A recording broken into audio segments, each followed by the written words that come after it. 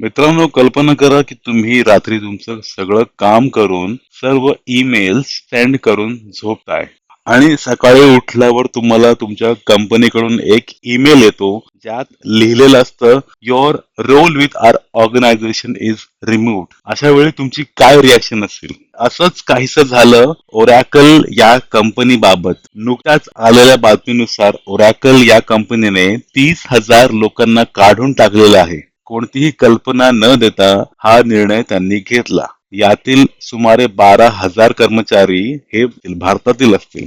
पण ओरॅकल कंपनीने असं का केलं? कंपनीला कोणता तोटा होत आहे की आणखी काही कारण? आता याच महिन्यात ओरॅकल या कंपनीने मोठ्या प्रमाणावर कर्मचारी कपातीची म्हणजे ले ऑफची घोषणा केली आणि या निर्णयाचा जगभरातील त्यांचे 30,000 कर्मचारी हे त्यातून काढून टाकलेले आहेत. म्हणजे या निर्णयामुळे जगभरातील सुमारे 30,000 कर्मचाऱ्यांची नोकरी जाऊ शकते. या ले ऑफचं मुख्य कारण जे आहे यामध्ये ते म्हणतात की त्यांना AI इन्फ्रास्ट्रक्चर वरती जास्त भर द्यायचा आहे. कारण सध्या मार्केटमध्ये Amazon, AWS आणि मायक्रोसॉफ्ट अझ्युअर या कंपन्या लीड करत आहेत आणि त्यांच्याशी स्पर्धा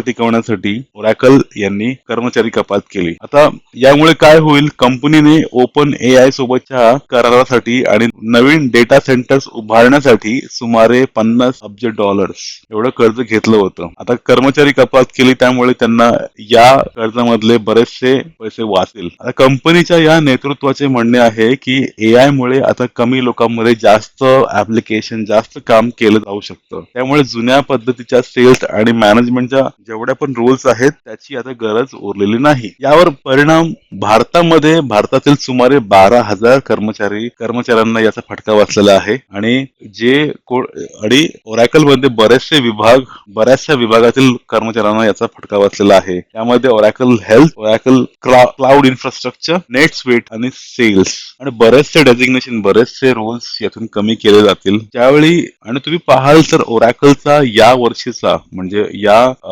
फायनान्शियल वर्षाचा जो रेव्हेन्यू आहे, जे उत्पन्न आहे $17.2 बिलियन आणि त्यामध्ये क्लाउड रेव्हेन्यू आणि इन्फ्रास्ट्रक्चर रेव्हेन्यू हे 44% आणि 84% आहेत. मार्जिन पण बरंच आहे. तरी पण कॉस्ट कटिंगच्या नावाने ओरॅकलने बऱ्याचशा कर्मचाऱ्यांची कपात केलेली आहे. ओरॅकलचे फाउंडर लॅरी एलिसन यांनी ही कंपनी 1977 साली स्थापन केली आणि बरीच दशकं ही कंपनी वर्चस्वामध्ये राहिली. बरेचसे ऍप्लिकेशन, बरेचसे सॉफ्टवेअर्स त्यांनी डेव्हलप केले.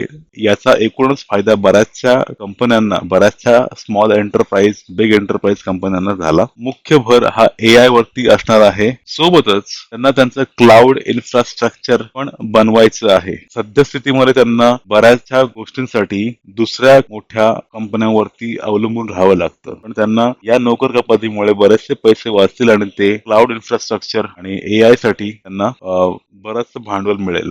या निर्णयामुळे टेक इंडस्ट्रीमध्ये बरेचशा रिॲक्शन्स आलेले आहेत. बऱ्याच लोकांना हा निर्णय योग्य नाही वाटला आणि यामुळे असं समजतंय की भविष्यात IT इंडस्ट्री आणि सॉफ्टवेअर प्रोफेशनल्स यांचं जॉब किती राहील आणि या AIच्या पुशमुळे सॉफ्टवेअर आणि संबंधित कामामध्ये जे कोणी कर्मचारी लागतील त्याची किती रिक्वायरमेंट असेल, किती गरज असेल यावर चर्चा करणं गरजेचं आहे. मुळात या सर्व कंपन्यांनी कर्मचारी कपात ही मुळात AI इन्फ्रास्ट्रक्चर आणि या सर्व गोष्टींचं खरंच पुढे जाऊन कंपनीजला आणि एकंदरीत लोकांना फायदा होईल की नाही हे बघणं गरजेचं आहे. ओरॅकलच्या